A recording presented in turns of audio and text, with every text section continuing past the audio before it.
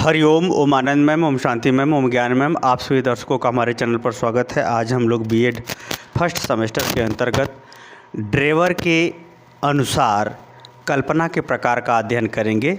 कल्पना क्या है? कल्पना की अगर हम बात करें तो कल्पना वह है जो हम इस संसार में किसी व्यवहार, किसी सोच, किसी क्रिया के संदर्भ में एक मानसिक रूपरेखा या एक मानसिक खाका तैयार करते हैं, उसे हम क्या कहते हैं? कल्पना कहते हैं। कल्पना का डिटेल में 5-6 प्रकार से अर्थ बताया जा चुका है। आप चैनल के अंदर प्लेलिस्ट पर चले जाइए, वहाँ पर बीएड फर्स्ट सेमेस्टर के अंतर्गत लिस्ट पड़ी हुई है, उसमें से आप भी डिटेल में अध्ययन कर लीजिए। तो आइए हम लोग ड्रेवर के अनुसार कल्पना के प्रकार के विषय में अध्ययन करते हैं। इन्होंने जो है कल्पना का जो है सामान्यतः 2 प्रकार बताया है। पहला है पुनरुत्पादक, पहला प्रकार इन्होंने बताया है पुनरुत्पादक। दूसरा प्रकार बताया है उत्पादक। पुनरुत्पादक क्या होता है? जैसे आप कोई कार्य पहले सीख चुके हैं, पहले कोई कार्य कर चुके हैं, उसी कार्य को दोबारा दूसरे परिस्थिति में दूसरे के लिए कुछ करना है, तो उसे हम कहते हैं, उस विषय में कल्पना करना ही, उस विषय में मानसिक खाका तैयार करना ही पुनरुत्पादक कल्पना कहलाती है। जैसे अगर आप बात जैसे अगर कोई कहा कि यह सामान्य साइकिल है, तुम्हें सामान्य साइकिल चलाने आता है, तो आपने कहा हाँ, तो आपसे कह देगा कि हाँ, तब तो आप पहाड़ी क्षेत्रों में भी ये साइकिल चला सकते हो या अन्य क्षेत्रों में भी साइकिल चला सकते हो। तो उसे क्या कहा जाएगा? तो वो उस क्षेत्र में वो कल्पना करेगा कि ऐसी परिस्थिति होगी तो हम ऐसे ऐसे साइकिल अपनी चला लेंगे।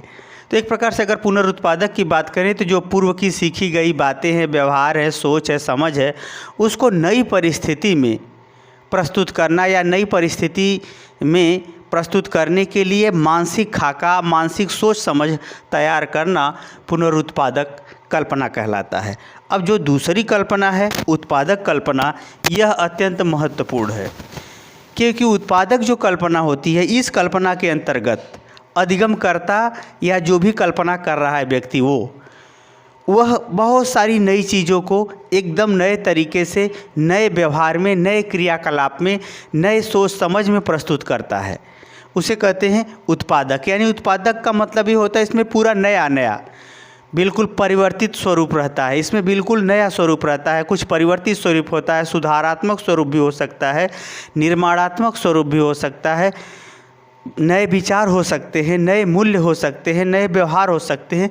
इस प्रकार से जो है बिल्कुल नए तरीके से नए व्यवहार, नए क्रियाकलाप, नए सोच समझ इत्यादि के लिए भविष्य में या व्यवहार में जो हम कल्पना करते हैं, जो हम मानसिक रूप से रूपरेखा तैयार करते हैं, उसे उत्पादक कल्पना कहते हैं।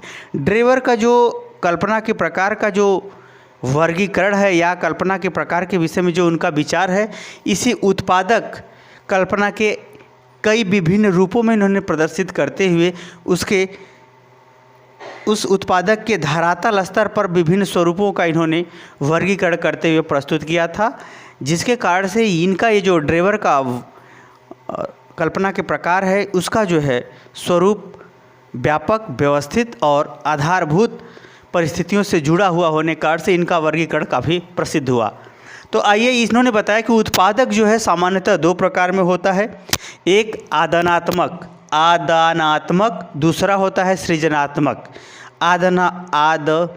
आदानात्मक जो कल्पना होती है, यह जो है यह क्या होती है इसको समझना है। आदानात्मक जो कल्पना होती है, इस कल्पना के अंतर्गत किसी चीज़ की कल्पना किसी आधार पर करना, किसी उपमा पर करना। जैसे किसी से मैंने कहा कि देखो यह बिल्डिंग अति सुंदर है, इससे भी अधिक सुंदर ताजमहल है, तो वो उसका अनुमान लगाता है, कल्पना करता है कि जब इतना ये सुंदर है तो ताजमहल इससे भी सुंदर होगा, तो उसके प्रति वो अपना एक मानसिक खाका या मानसिक सोच पहुंचती है। यानी उपमा का सहारा लेकर के या तुलना का सहारा लेकर के या अंतर का सहारा लेकर के या समानार्थी गतिविधियों का सहारा लेकर के वास्तविक परिस्थिति का मानसिक खाका तैयार करना, वास्तविक स्थिति के विषय में अनुमान लगाना, आदानात्मक परिकल्पना कहलाती है। जैसे अगर कोई कहा कि जैसे फोड़ा चीरते समय थोड़ा सा तकलीफ़ होता है, फिर उसके बाद जो है वैसे ही जो है तकलीफ़ जो है थोड़ा ऑपरेशन में होती है, सामान्य ऑपरेशन में भी होती है।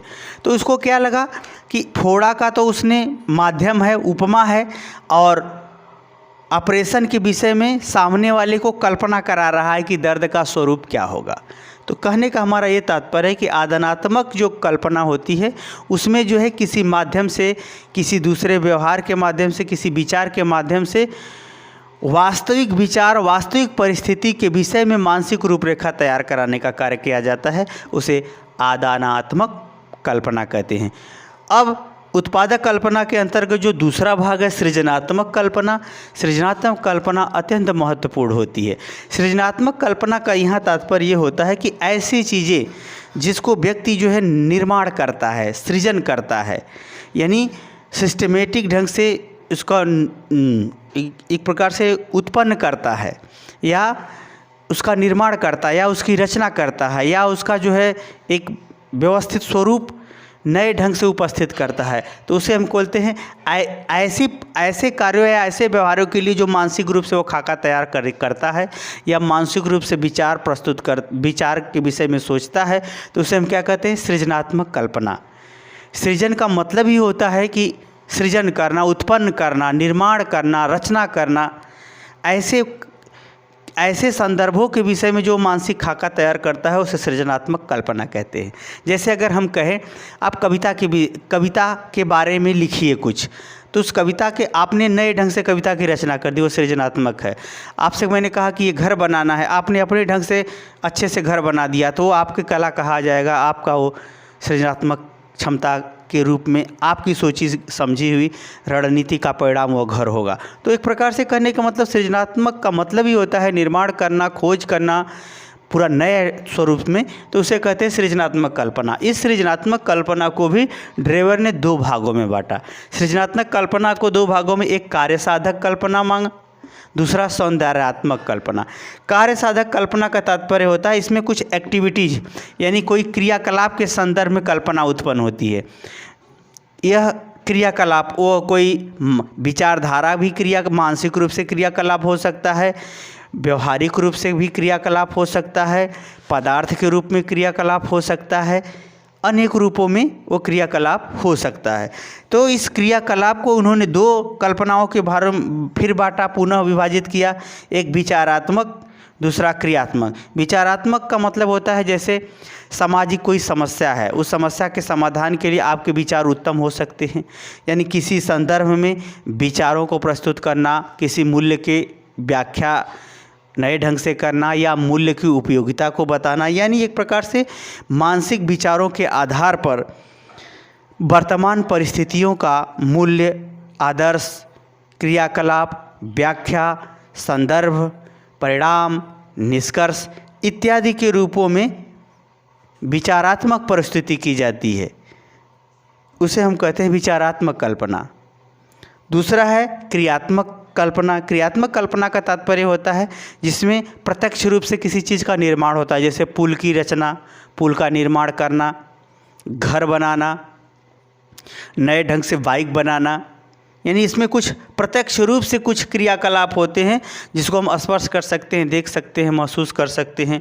एरोप्लेन में कुछ नया सुधार करना, या नई सुरक्षा, नया व्यवस्था, नई सुरक्षा का कोई प्रावधान निर्मित करना, यानी क्रियात्मक रूप से उसमें किसी बात, व्यवहार, क्रिया के आधार पर कल्पनाओं का निर्माण किया जाता है। इसे कहते हैं क्रियात्मक कल्पना। जैसे पुल बनाना, पुल ऐसा बनाओ कि कम लागत में अच्छा बने, मजबूत रहे, ज़्यादा लंबा समय तक चले, ये तो क्रियात्मक परिकल्पना हो जाएगी एक इंजीनियर की। उसी तरह से इन्होंने सौंदर्यात्मक परिकल्पना की बात की।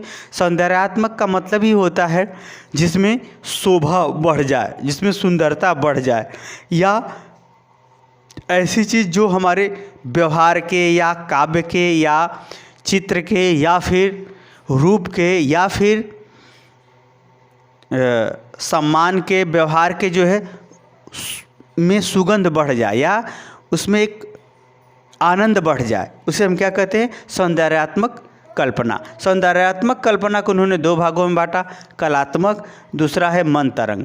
कलात्मक का मतलब ये होता है जिसमें कला, जैसे अच्छे ढंग से डांस करना, नए ढंग से डांस करना, पद्य लिखना, गद्य लिखना, गाना गाना, ये सब क्या है, सौंदर्यात्मक कल्पना का कलात्मक रूप का कल्पना है। जैसे आप लता जी गाते हैं, आप सोच रहे हो कि हम लता मंगेशकर से अच्छा गाएंगे।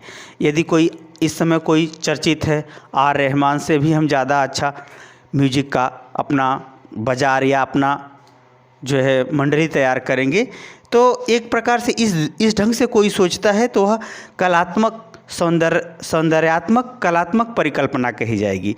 यहाँ कला का मतलब ही होता है किसी विशेष ढंग से कला कौशल क्रियाकलाप, जैसे नाटक है, सर्कस है, उस तरह से ये जो कला के विभिन्न स्वरूप है, विभिन्न क्रियाकलाप है, उनमें जो है एक प्रकार से वह जो है विभिन्न गतिविधियाँ प्रस्तुत करता है सौंदर्यात्मक कला के अंतर्गत। उसी तरह से दूसरे अगर देखें तो सौंदर्यात्मक कला का जो है मन तरंग का यहाँ तात्पर्य होता है, इसमें व्यक्ति जो है अपने मनमाना कल्पना करता है, वो भी एक सौंदर्यात्मक जो है कला का ही रूप होता है। मन तरंग का जैसे कोई ये कहे कि हम परी होते तो ऐसे उड़ते, ऐसे यहाँ घूम लेते, यदि कुछ ऐसा हम गाड़ी बनाएं जिसमें सिर्फ हवा से चले, या फिर ऐसी गाड़ी बनाएं जब चाहे तब उसको दूसरे रूप में बदल सके। जैसे होता है फर्नीचर का जो घर होता है उसको अनेक रूपों में बदला जा सकता है। तो इस प्रकार से मन तरंग, मन का तरंग कि ये कल्पना करें हम वहाँ होते तो ऐसा कर डालते, हम वहाँ होते तो ऐसा कर डालते, यानी मन के तरंग का मनमाने ढंग से कोई ऐसी कल्पना करना जो है धरातल से जुड़ी भी हो सकती है, नहीं भी जुड़ी हो सकती है। यानी मन तरंग ढंग से गतिविधियों से वह संबंधित विचार, व्यवहार, क्रियाकलाप इत्यादि सोच को जो है वो प्रदर्शित करता है, तो उसे सौंदर्यात्मक मन तरंग कल्पना कहते हैं। मन तरंग, मन का जैसे कहा जाए कि तोता भी आकाश में उड़ते हुए घर बनाए, ऐसा हमने सोच रहा हूँ तो मन तरंग कहा जाएगा। हम लोग आकाश में उड़ते हुए एक दूसरे से बात विचार कर लें, फ़ोन के साथ ही हम वहाँ प्रत्यक्ष रूप से पहुँच जाए, मन के गति से जहाँ जाना चाहें वहाँ पहुँच जाए, तो ये सब जी एक प्रकार की कल्पना ही होती है। उसी को हम कहते हैं मन तरंग की कल्पना। हमारे पास ऐसी शक्ति है कि हम ज़मीन में ढुक जाएं, ज़मीन में समाहित हो जाएं, जब चाहे अग्नि में प्रवेश कर जाए, वायु में उड़ने लगें, तो ये भी एक प्रकार का कल्पना ही है। वो सौंदर्यात्मक कल्पना के अंतर्गत मन तरंग की कल्पना कही जाती है। इस प्रकार से ड्रेवर जो है कल्पना के विभिन्न स्वरूपों का विभिन्न रूपों में विभिन्न गतिविधियों के अंतर्गत इसका वर्गीकरण किया है। अगर देखा जाए सिंपल वे में, तो पुनरुत्पादक, विचारात्मक, क्रियात्मक, कलात्मक और मन तरंग एक कल्पना का जो है एकदम आधारभूत धरातल स्तर पर ड्रेवर का वर्गीकरण रहा, या ड्रेवर ने कल्पना के प्रकार को बताया है। तो मुझे उम्मीद है कि आप ड्रेवर के वर्गीकरण को अर्थ सहित समझने में सफल हो गए होंगे। समझ में आ गया है तो कमेंट बॉक्स में जरूर बताइए। साथ ही मेरे चैनल को लाइक शेयर सब्सक्राइब कीजिए। हरिओम।